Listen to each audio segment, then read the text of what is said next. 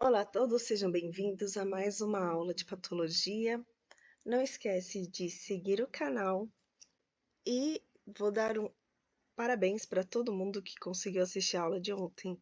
Além de ser uma aula comprida, ela era extremamente complicada. Mas lá vamos nós para uma aula um pouco mais tranquila sobre a homeostase proteica. A síntese proteica e a proteólise são processos fundamentais que mantêm o equilíbrio celular.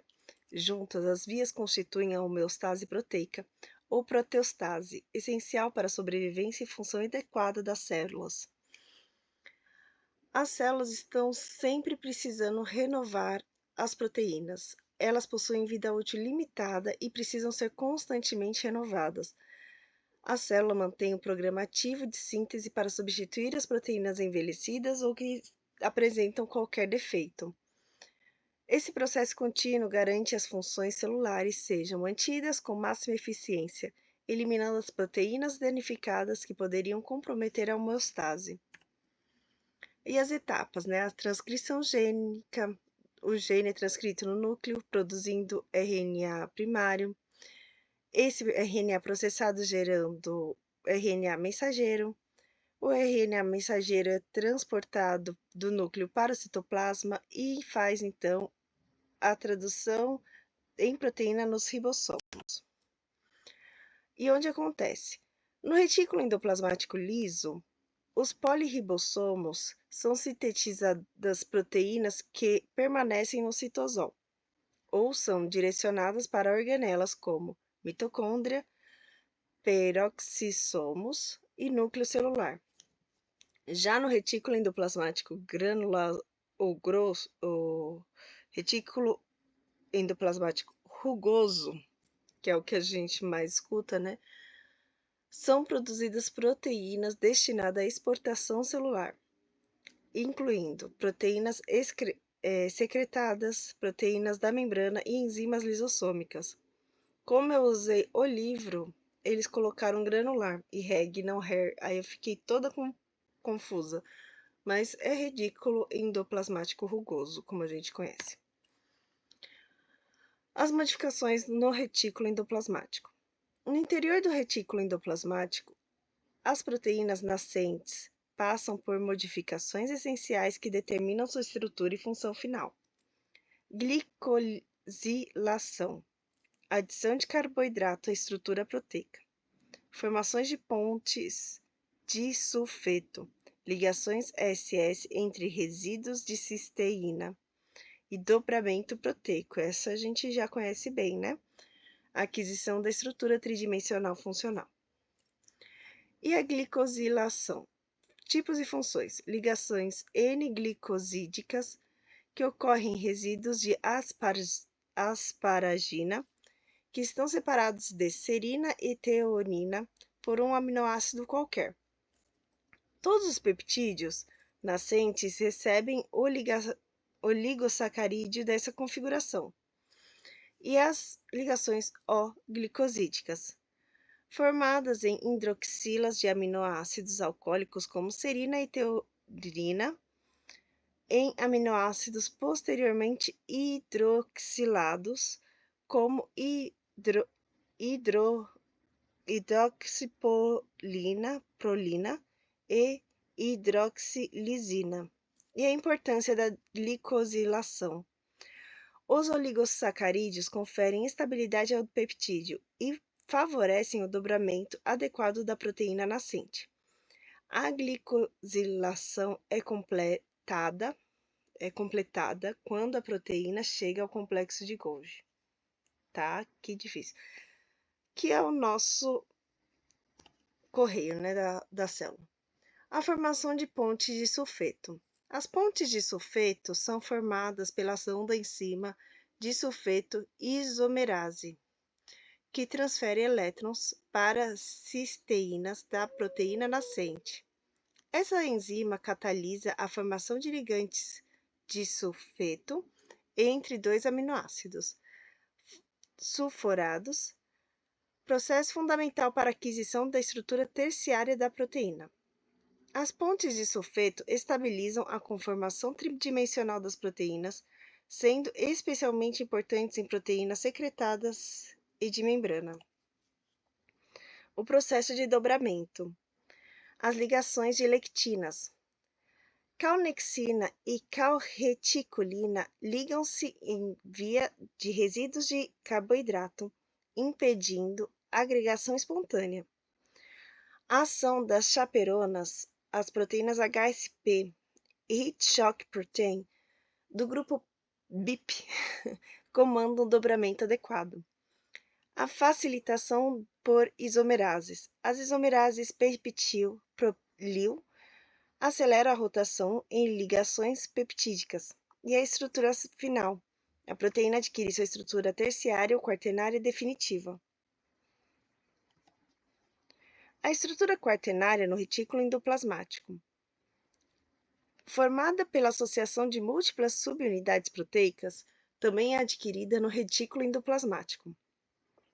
As unidades monoméricas são cuidadosamente associadas na luz do retículo endoplasmático. Um exemplo clássico são as imunoglobulinas, onde cadeias leves e pesadas se associam formando a estrutura completa do anticorpo. Após o dobramento e montagem adequados, a proteína é transferida para o complexo de Golgi em vesículas formadas pela evaginação da membrana do retículo endoplasmático. A regulação da tradução, papel central do mTOR. Olha ele aí de novo. Para quem sobreviveu na aula de ontem, ouviu o mTOR. A regulação da tradução de proteínas depende de um mecanismo complexo, onde a proteína sinase mTOR. Aí lá vamos lá. Mammalian target of rapamycin desempenha papel central. O nome rapamicina deriva da ilha de Páscoa, Rapa Nui, onde foi isolado o antibiótico imunossupressor de Streptomensis higroscópicos que inibe essa via. Olha, tá vendo que a gente vai ficar estudando essas palavras todas de novo? O complexo mTOR. TORC1, associado à proteína Raptor, Regulatory Associated Proteins of mTOR, é o alvo do efeito inibidor da rapamicina. Regula a síntese proteica e a autofagia. TORC2, relacionado com a proteína RICTOR, Rapamycin Intensive Companion of mTOR. Impede o efeito do inibidor da rapamicina. Atua sobre componentes do citoesqueleto. O controle de mTORC pelas proteínas Rheb. O complexo TORC1 e mTOR é controlado pela proteína G monomérica da família Rheb. A ativação. Quando na forma Rheb GTP, a ativação de mTOR, promovendo síntese proteica. A inativação. As proteínas TSC, tuberous sclerosis complex, promovem a hidrólise de Rheb GTP em Rheb GDP, tornando o mTOR inativa. Estímulos que inativam as proteínas TSC ativam mTOR, mantendo as proteínas RHEB na forma ativa de RHEB-GTP. Esse mecanismo integra sinais de crescimento celular com a disponibilidade de nutrientes. Tô entendendo, né? Então vamos lá. Confio em vocês. Efeitos da ativação de mTORC. Uma vez ativado, o complexo mTORC1 promove múltiplos efeitos que aumentam a capacidade da síntese proteica na célula. Ativação de fatores de iniciação e alongamento. EIF, Eukaryote Initiation Factor, e EEF, Eukaryote Elongation Factor, iniciam e mantêm a tradução. A síntese de ribossomos aumenta a produção de máquinas moleculares responsáveis pela tradução. E a inibição da autofagia bloqueia as vias que degradariam componentes celulares. Olha, gente, estamos quase chegando no final. Tráfego de vesículas. direcionamento celular. O tráfego de vesículas dentro da célula é rigorosamente regulado para garantir que cada vesícula chegue ao destino correto. Esse processo depende de sistemas de reconhecimento molecular sofisticados. Vesículas de endocitose devem fundir-se com lisossomos, enquanto vesículas do retículo endoplasmático devem interagir-se ao Golgi ou a endossomos. O direcionamento é regulado por proteínas específicas, que revestem as vesículas no momento da sua formação. O sistema SNARI, reconhecimento molecular. VSNARI, vesícula SNARI. Estou inventando as palavras aqui, mas vocês estão lendo, né? Hoje é bom ler. Hoje é bom ficar. Essas aulas em geral é bom vocês estarem também olhando, porque são muitas letrinhas. Então é bom olhar. T-SNARI, Target SNARI, homólogo presente na membrana alvo que reconhece especificamente a V-SNARI, né? O encontro entre V-SNARI e T-SNARI inicia o processo de fusão das membranas, garantindo que a vesícula se funda apenas com o compartimento correto. 3 tipos de vesículas revestidas. As vesículas COP2, que são revestidas por COP2 ou Coat-Protein 2, transportam proteínas do retículo endoplasmático para o complexo de Golgi, seguindo a via anterógrada de secreção. As vesículas COP1, revestidas de COP1, transportam as proteínas em direção retrógrada ao Golgi para o retículo endoplasmático ou entre as cisternas do próprio Golgi. As vesículas de clatrina são revestidas por clatrina, transportam elementos da membrana citoplasmática e do Golgi para endossomos, mediando endocitose. Controle por proteínas G monoméricas. As proteínas G monoméricas das famílias ARF e RAB controlam múltiplos aspectos do tráfego vesicular. Formação da vesícula, ancoragem da membrana digestino, facilitação da adesão das proteínas SNARI. Diferentes membros das famílias RAB e ARF são especializados na formação e transporte de diferentes tipos de vesícula. Mecanismo de fusão das membranas. A fusão das membranas é um processo complexo e altamente regulado que permite a entrega do conteúdo vesicular ao compartilhamento-alvo. Afastamento das proteínas. As proteínas de duas membranas são afastadas do local de fusão. A posição das camadas lipídicas. As bicamadas lipídicas são aproximadas em contato direto. Fusão espontânea. As membranas se fundem espontaneamente quando proximidade adequada. O deslocamento da vesícula no citosol depende da sua ligação com microtúbulos ou microfilamentos e da utilização de proteínas motoras como dineia, cinesina, miosinas de baixo peso molecular. A via clássica da secreção proteica. A via clássica de secreção representa a rota fundamental para a exploração de proteínas sintetizadas no retículo endoplasmático. A síntese de um retículo endoplasmático rugoso, que aqui está granular, proteína sintetizada nos ribossomos do retículo endoplasmático rugoso. Modificações no retículo endoplasmático, glicosilação, dobramento e formação de pontes de sulfeto. Transporte em vesículas COP2. Vesículas levam proteínas do retículo endoplasmático ao complexo de Golgi.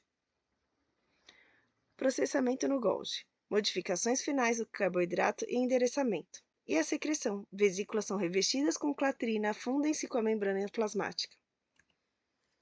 E o transporte núcleo-citoplasma.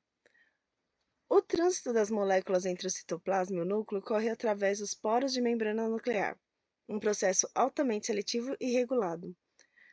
A sequência sinalizadora. As moléculas a serem transportadas exibem uma sequência específica que permite o seu reconhecimento. As proteínas carreadoras, em sequência, permitem a associação com proteínas carreadoras especializadas, as importinas e exportinas, e a passagem pelos poros. As carreadoras possuem sequências que se ligam em série às proteínas dos poros nucleares e possibilitam a passagem. Esse processo depende de proteínas G monoméricas. Olha aqui de novo, né? A aula de ontem não foi perdida, já estamos voltando em algumas palavras. Que regulam a direção do transporte. Falamos bastante sobre proteínas G diferentes, né? Tinha G tal, G lá. Então, aqui voltamos, né, que esse processo depende da proteína G, que regula a direção do transporte. Então, essa aula foi mais curtinha, mas também é para fazer aquela ligação de quem não assistiu a aula de ontem. Eu entendo que é muito complicado. A gente assiste um pouquinho e fala assim: meu, tô entendendo nada. Ainda mais quem estiver mais pro começo. Às vezes a pessoa já é um pouco, já estudou mais, já tá às vezes uma faculdade que pegou um pouco mais profundamente em algumas coisas, então a pessoa já sabe um pouco e ela entende com até uma facilidade que eu mesma estou estudando aqui junto com vocês, né? Tô longe de ser uma professora, um dia, quem sabe, mas estudando junto, tentando entender junto com vocês e tentando gravar junto com vocês. Espero que essa aula ajudou um pouco. Teremos mais e mais aulas. Falaremos sobre tanta coisa interessante que antes de fazer esses vídeos e áudios, eu produzi muitos e muitas e muitas apresentações. Então, essas do começo eu não estou usando as imagens do livro, até porque as imagens do livro são, né? Como que eu posso explicar? Pouco não faz diferença de você ver no livro ou, ou não. É um pouco. Mas quando tivermos as imagens mesmo de células, de corpos, etc., eu vou tentar colocar. Eu sei que as apresentações no YouTube não vão deixar tanto algumas imagens serem um pouco muito pesadas, porque, é claro, falaremos sobre patologia. Patologia tem o quê? Tem corpos, né? Então, algumas coisas vão ser um pouco complicadas de mostrar, mas eu vou tentar. Espero que vocês gostem, que vocês sigam, que vocês façam suas perguntas.